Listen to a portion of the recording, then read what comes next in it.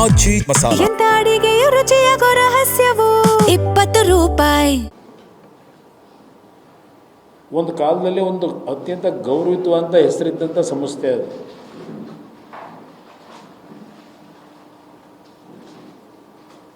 ಆ ಸಂಸ್ಥೆ ಬಗ್ಗೆ ಹಲವಾರು ಉತ್ತಮವಾದಂಥ ಸದಸ್ಯರುಗಳು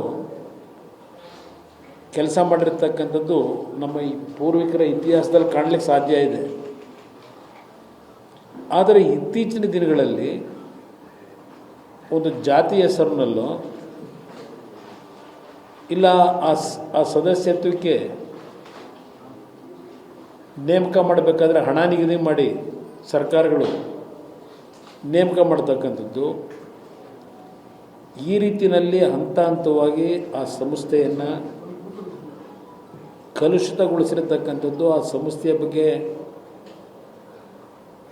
ವಿಶ್ವಾಸ ಮೂಡದೇ ಇರತಕ್ಕಂಥದ್ದಕ್ಕೆ ಕಾರಣ ಪ್ರಮುಖವಾಗಿ ಸರ್ಕಾರವೇ ಅಂತಕ್ಕಂಥದ್ದನ್ನು ನಾನು ನೇರವಾಗಿ ಹೇಳಲಿಕ್ಕೆ ಬಯಸ್ತೇನೆ. ಪಾಪ ನೆನ್ನೆ ದಿನ ಹೇಳಿದ್ದಾರೆ, ನಮ್ಮ ಆಡುಮುಟ್ಟದ ಸೊಪ್ಪಿಲ್ಲದೆ ಇರ್ತಕ್ಕಂಥ ಪ್ರಿಯಾಂಕಾ ಕೃಪಾಪೋಷಿತ ಮಂಡಳಿ ಇದು ಈಗ ನಡೀತಾ ಇರತಕ್ಕಂಥದ್ದು ಎಲ್ಲ ವಿಷಯಗಳಿಗೂ ಪಾಪ ನಿಂತಿದ್ದಾರೆ. ನೆನ್ನೆ ಅವ್ರು ಹೇಳ್ತಾರೆ,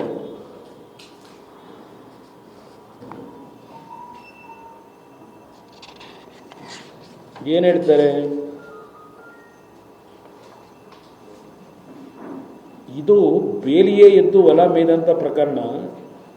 ಬೇಲಿ ಎದ್ದು ಹೊಲ ಮೇಯ್ದರೆ ಏನು ಮಾಡಲು ಸಾಧ್ಯ, ಪರಿಸ್ಥಿತಿ ನಮ್ಮ ಕೈಲಿಲ್ಲ. ಇಲ್ಲಿ ಎರಡು ವಿಚಾರ, ನನಗೆ ಸ್ವತಂತ್ರವಾಗಿ ಈ ವಿಚಾರ ಬಿಟ್ಟರೆ KAT KPSCನ ರದ್ದು ಮಾಡ್ತೀನಿ, ಅದು ಸಂವಿಧಾನಾತ್ಮಕವಾಗಿಯೇ ಮಾಡಬೇಕಾಗುತ್ತದೆ, ಹೊಸ ಕಾನೂನು ತರಬೇಕಾಗ್ತದೆ. ಕಾನೂನು ಮಾಡುವವರು ನಾವೇ. ಹೌದಪ್ಪ, ಕಾನೂನು ಮಾಡೋರು ನೀವೇ.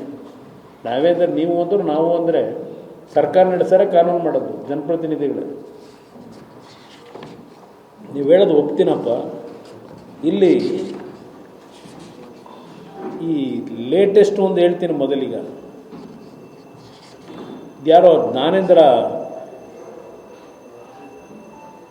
ಕುಮಾರ್ ಇವತ್ತು ಈ ಗೃಹ ಸಚಿವರಿಗೆ ಕೇಳ್ತೇನೆ, ಏನು ಹೇಳಿಕೆ ಕೊಡ್ತೀರಿ? ಮಾಧ್ಯಮದಲ್ಲಿ ನಾಪತ್ತೆ ಆಗಿಲ್ಲ ಅಂತಕ್ಕಂಥ ಸುದ್ದಿ ಬಂತು. Jnanendra Kumar officer, controller, examination controller ಅವರೀಗ ಕಳೆದ 2 ವರ್ಷದಿಂದ ಇರಬಹುದು.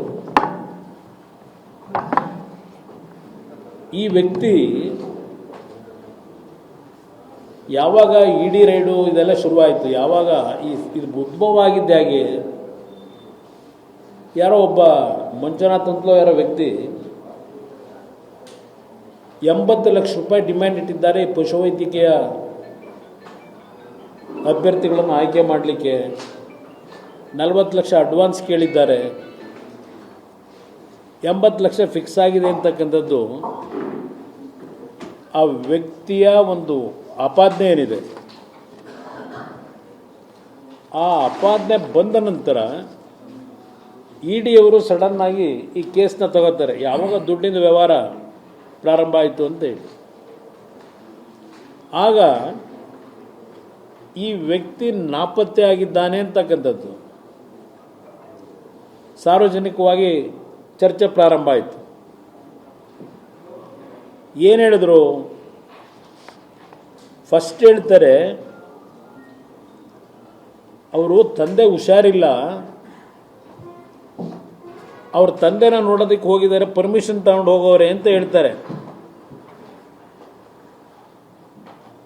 ಇವರೇ ಹೇಳೋದು, ತಂದೆ ನೋಡಲು ಹೋಗಿದ್ದಾರೆ.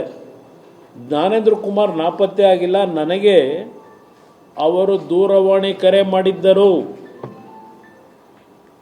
ಅವರ ತಂದೆಗೆ ಅನಾರೋಗ್ಯದ ಹಿನ್ನೆಲೆಯಲ್ಲಿ ನೋಡಲು ಊರಿಗೆ ಹೋಗಿದ್ದಾರೆ, 2 ದಿನಗಳಲ್ಲಿ ವಾಪಸ್ ಆಗಲಿದ್ದಾರೆ ಎಂದು ಗೃಹ ಸಚಿವ ಪ್ರಿಯಾಂಕಾ ಖರ್ಗೆ ಸ್ಪಷ್ಟಪಡಿಸಿದ್ದಾರೆ.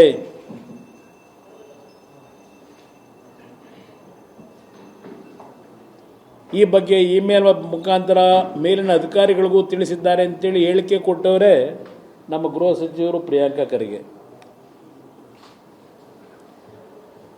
ಇದ್ಯಾವತ್ತು ಹೇಳಿದರು? 23ನೇ ತಾರೀಕು. 25ನೇ ತಾರೀಕು ಏನು ಹೇಳ್ತಾರೆ?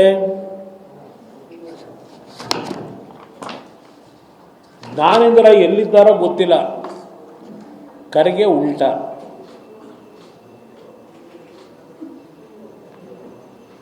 ಜ್ಞಾನೇಂದ್ರ ಎಲ್ಲಿದ್ದಾರೋ ಗೊತ್ತಿಲ್ಲ. ಜ್ಞಾನೇಂದ್ರ ಕುಮಾರ್ ತಮ್ಮ ತಂದೆಗೆ ಅನಾರೋಗ್ಯ ಎಂದು ಹುಟ್ಟೂರಿಗೆ ತೆರಳುವುದಾಗಿ ಹೇಳಿದ್ದರು. ಈಗ ಅವರು ಎಲ್ಲಿದ್ದಾರೋ ನನಗೆ ಗೊತ್ತಿಲ್ಲ.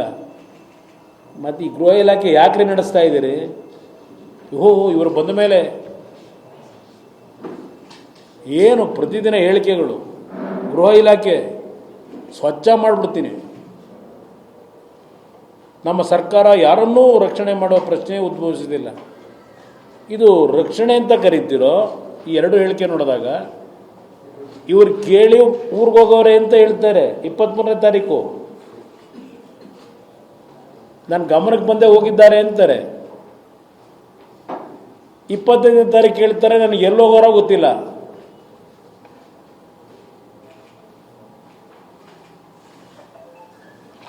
ಇದು ಗ್ರೇಟ್. ಅವ್ರ ಹೋಮ್ ಮಿನಿಸ್ಟರ್ ಏನು ಪರಿಶುದ್ಧ ಮಾಡ್ತಾರಂತೆ. ಅದು ಎಂಥದ್ದು ನಿಮ್ಮ ಎಂಥ ಇದು ಪರಪ್ ನಗರದ್ದು ಒಂದು ವಾರ ರಿಲೇ ಮಾಡಿಸಿದ್ದು. ಈ ರಾಜ್ಯದಲ್ಲಿ ಯಾರ್ಯಾರ ಧ್ವನಿನ ಹೇಗೆ ಅಡಗಿಸಬೇಕು ಅಂತ ಹೇಳಿ ನೀವು ಹೊರಟಿದ್ದೀರಿ ಅನ್ನೋದು ನನಗೆ ಗೊತ್ತಿದೆ. ಈ ರಾಜ್ಯ ಸರ್ಕಾರ ಕೇಳಲಿಕ್ಕೆ ಬಯಸ್ತೀನಿ, ಯಾವ ರೀತಿ ನೀವು ಧ್ವನಿ ಅಡಗಿಸ್ಬೇಕು ಅಂತೇಳಿ ನಿಮ್ಮ ಸರ್ಕಾರದ ವಿರುದ್ಧ ಚರ್ಚೆ ಮಾಡೋರ ಬಗ್ಗೆ ಸಾರ್ವಜನಿಕವಾಗಿ ಹಲವಾರು ವಿಷಯಗಳನ್ನು ತಾಳೆ ಹಾಕಿಸಿ ಧ್ವನಿ ಅಡಗಿಸ್ಬೇಕು ಅಂತ ಏನು ಹೊಡ್ತೀರಿ? ಖರ್ಗೆ ಅವರೇ,